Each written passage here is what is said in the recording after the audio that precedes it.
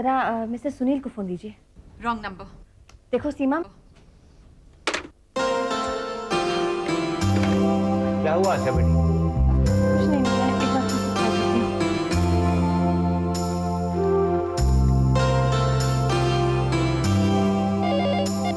Hello. देखो सीमा, please phone मत रखना, बहुत अर्जेंट है, मुझे सुनील से बात कराओ प्लीज। आज के दिन भी तुम हमें परेशान कर रही हो, अरे शर्म आनी चाहिए। प्लीज मेरी बात करो, बहुत अर्जेंट है।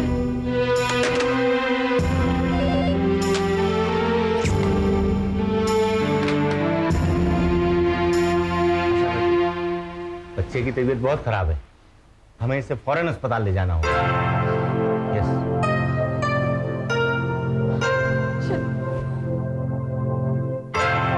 कुछ कीजिए, बच्चा बहुत बीमार है। देखिए आप बिल्कुल फिक्र मत कीजिए, हम अपना काम कर रहे हैं। Don't worry. सिस्टर, बच्चों को लेकर जाओ जल्दी से। आप नहीं रुकिए प्लीज, आप नहीं रुकिए।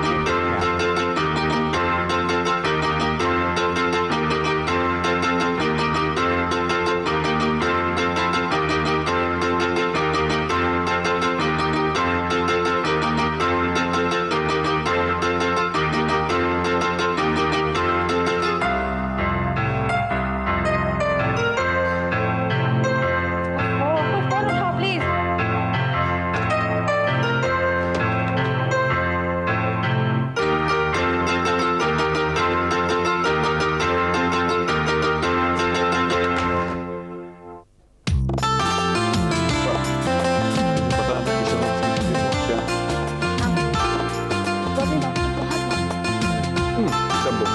तो तू जा सकता जाओ उनका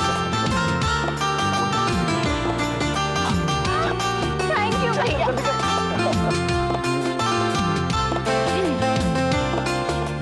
भाभी, प्यारी लग रही है, तेरे चेहरे से तो नजर ही नहीं हट रही। थैंक यू, लेकिन जिसे मुझे देखना चाहिए वो तो मुझे देखता भी नहीं है। किसकी बात कर रही है तू? किशन जी की। और किसकी? आप समझ सकते हैं मैं बहुत बेशर्म हूं ना, लेकिन भाभी अगर मैं अपने दिल की बात आपसे नहीं कहूं तो किससे कहूंगी? बेझिझक कहो, भाभी सहेली से कम थोड़ी ना होती है। क्यों बात? भाभी आप सचमुच बहुत अच्छी हैं। अब देखिए ना, किशन जी मुझसे कितना प्यार करते हैं, लेकिन मुझसे नहीं कहते।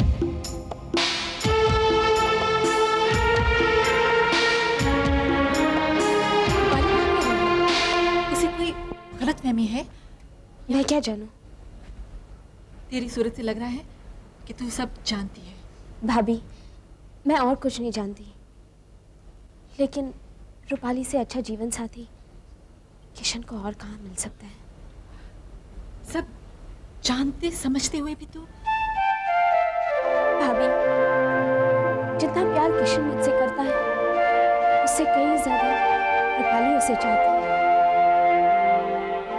माँ जी, आप? भाभी माँ जी सब कुछ जानती है, उनसे कोई बात छुपी नहीं है। तो मेरी खुशनसीबी है कि मुझे उनकी जैसी सास मिली, जिन्होंने कभी मुझ पर शक नहीं किया, हमेशा पूरा भरोसा किया।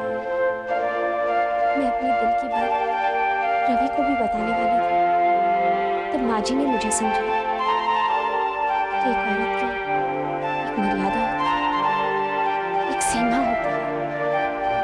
अब मैं समझी कि तू अपना फर्ज, अपना धर्म इतनी अच्छी तरह कैसे निभाती है। जिसे सास के रूप में मां मिल जाए, उसे और क्या चाहिए? देखिए, सच तो ये है कि एक माँ को माँ ही होना चाहिए, सिर्फ अपने बच्चों के लिए नहीं, बल्कि अपनी बहू के लिए। उसके मन में डर या आशंका नहीं होनी चाहिए कि ससुराल में जाकर उसे माँ का प्यार नहीं आएगा।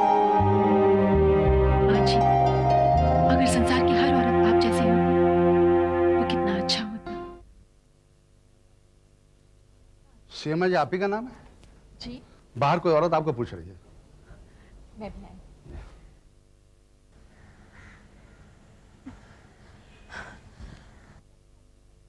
हेलो, डॉक्टर चौधरी को बुलाइए प्लीज। हाँ मैं डॉक्टर चौधरी बोल रहा हूँ। डॉक्टर चौधरी, मुन्ना कैसा है अभी? अरे आशा बेटी कहाँ हो तुम? मुन्ना तो कोमा में चला गया है। कोमा में चला गया? Actually, मैं सुनील के घर के सामने ही यहाँ बाहर पार्टी के बाहर खड़ी हूँ। मैंने आदमी अंदर भेजा है, वो आते होंगे। मैं अभी उनको लेकर आती हूँ।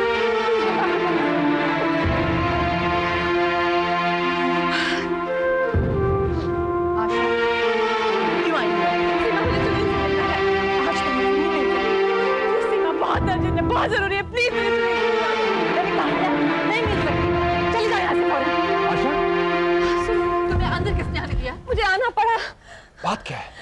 सुनील, हमारा मुन्ना बहुत बीमार है, वो कोमा में चला गया। तुमने मुझे खबर क्यों नहीं? मैंने तो तुम्हें फोन किया, लेकिन इसने तुमसे बात ही नहीं करने दी। यहाँ आए तो मुझे अंदर नहीं घुसने दिया।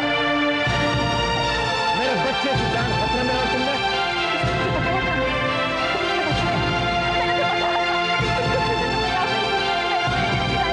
लेकिन इसने मुझे कुछ नहीं कहने दिया। आज तो तुमने हरकत की इसी रमे के साथ मेरा तुम्हारे साथ टूट गया। लोग, समाज, तुम्हारे अपने हमदर्द, आज के बाद मैं तुम्हारी धन्यवाद।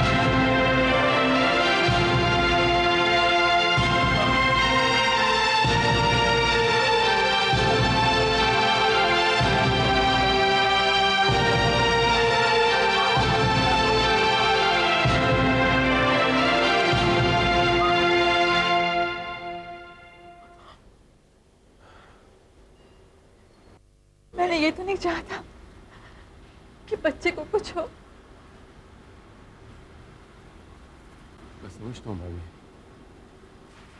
मैं अच्छी तरह समझता हूँ। किशन के घर पार्टी में जो हुआ वो ठीक नहीं हुआ। हाँ, सीमा भाभी की वजह से हुआ।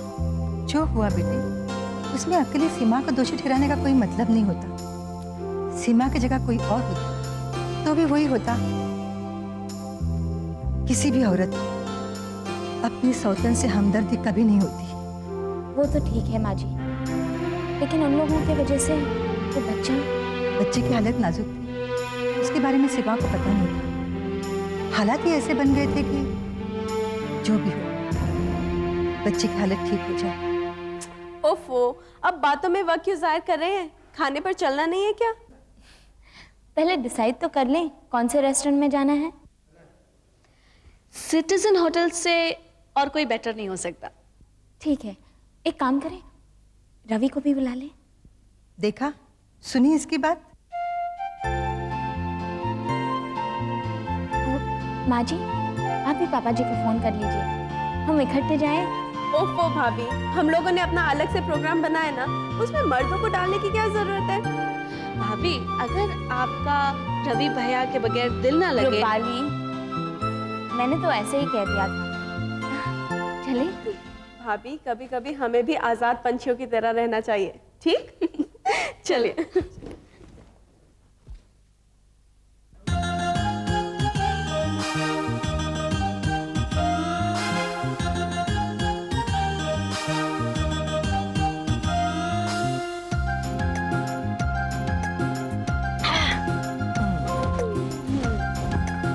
भाभी, हमारी बात तो अधूरी रही। आप क्या कह रहे थे?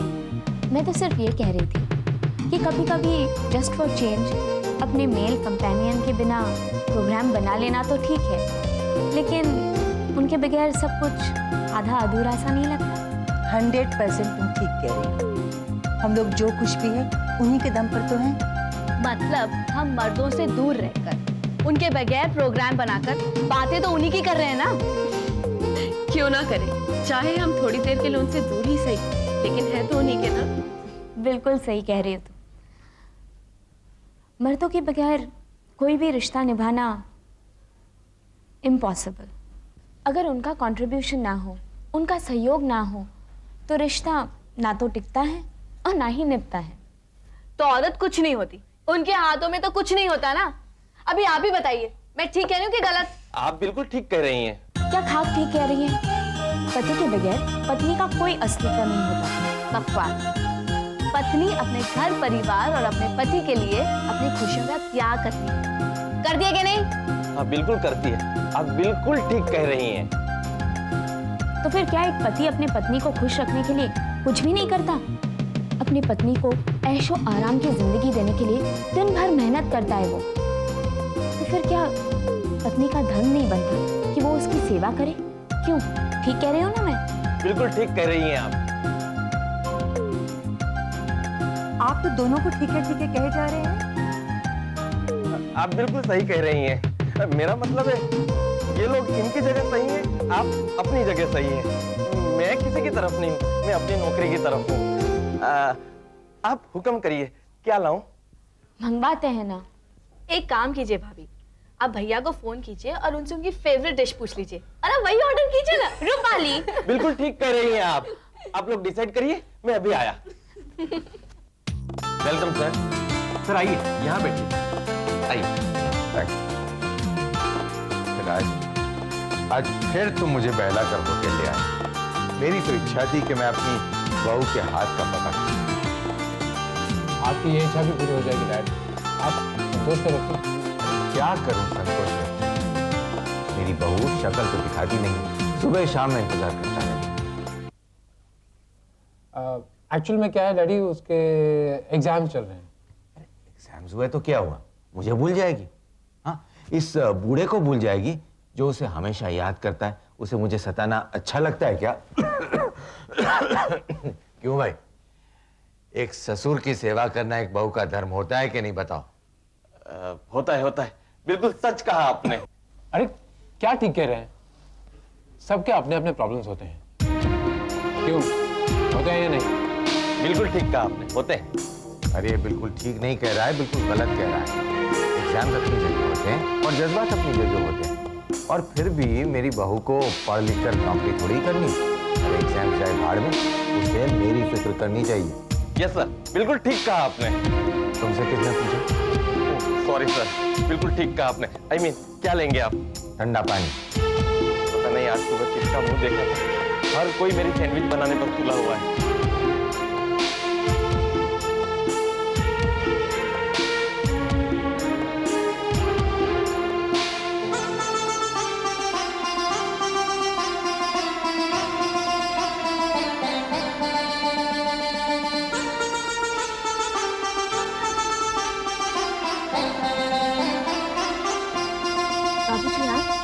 बहू तुम यहाँ? बहू तुम्हें यहाँ आने की फुर्सत है, लेकिन अपने ससुर की खैर खबर पूछने की फुर्सत नहीं। तुम इतने दिनों से आती क्यों नहीं?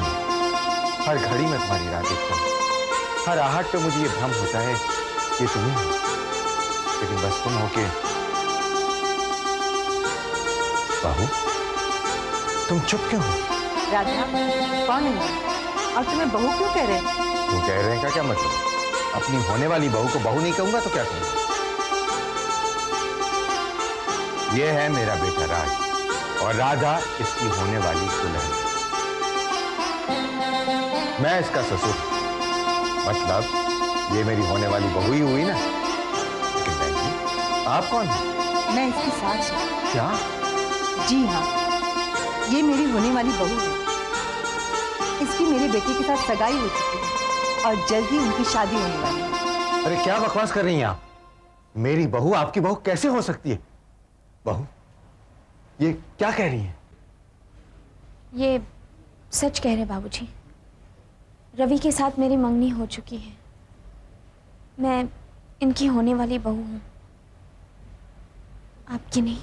तुमने मुझसे झूठ बोला, मुझसे धोखा किया, लेकिन क्यों? बेटा, सुन रहा है तू? बाबूजी, राज के कहने पर ही मैंने आपके बहू होने का वादा किया था। प्लीज बाबूजी, हो सके तो मुझे माफ कर दीजिए। मैं तुझे माफ कर दूं? तुझे माफ कर दूं? तूने मेरे साथ धोखा किया है। तुमने मेरे साथ धोखा। मेरी तो तुमने क्या किया राधा? मेरी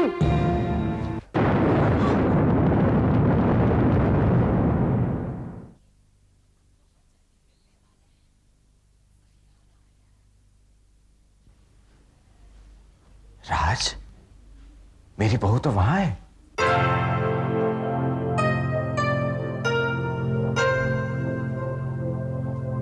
लोगों ने सब साथ पता नहीं होंगी उसकी कुछ सहेलियां हैं कुछ। आप यहीं रुकिए डैड, मैं राधा को यहाँ पे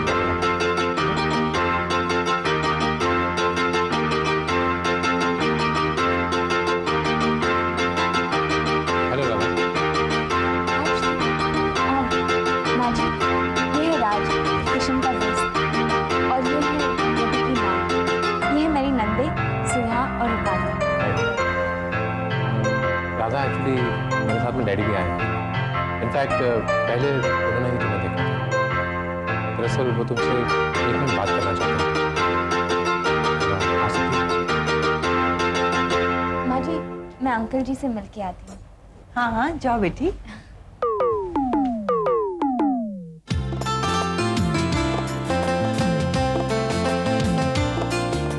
नमस्ते बाबूजी। सामना हो गया, पकड़ी गई तो नमस्ते, वरना ना फिक्र ना परवाह। ऐसे क्यों सोचते हैं बाबूजी? क्या सोचूं ऐसा? एक दिन भी आई अपनी शक्ल दिखाने, मेरा हाल पूछने किस हाल में? बाबूजी, मेरे एग्जाम चल रहे हैं, खत्म होते ही मैं आ जाऊंगी। देखो बेटी, बहुत हो गया। मैं बहुत इंतजार कर चुका, अब कोई बहाना, टालम टोल, कोई एक्सक्यूज नहीं चाहिए। बेटी और मत सताओ मुझे, अपनी मम्मी पापा से शादी की तारीख जल्द तय करवाओ। जी। बेटी, वो लोग कौन है जो तुम्हारे साथ आए हैं? बाबूजी, मेरी सहेलियां हैं और उनकी मम्मी। तो मुझे उनसे नहीं मिलवाओगी? जरूर बाबूजी, आइए। आप भी कमाल करते हैं डैड। ये अपनी सहेलियों के साथ आई है, आप कहाँ बीच में जा घुसेंगे? मान ना मान, मैं तेरा मेहमान। तो इसमें बुरा लगने की क्या बात है? मेरा मेलजोल बढ़े, इसमें बुराई क्या है? पापा आप भी बस। राधा तुम जाओ, we are waiting for you. चलती हूँ बाबूजी। तू भी कमाल करता है, मुझे जाने से रोक क्यों दिया? उन लोगों से मैं मिल लेता तो तेरा क्या बिगड़ता था? कुछ देर राधा के साथ और रह ले। पापा मैं आपकी फीलिंग समझता हूँ, लेकिन राधा का भी तो सोचिए।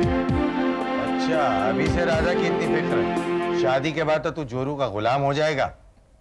लेकिन मेरी बहू लाखों में एक है, ऐसी जोरू का गुलाम होना तो वक्त की बात है।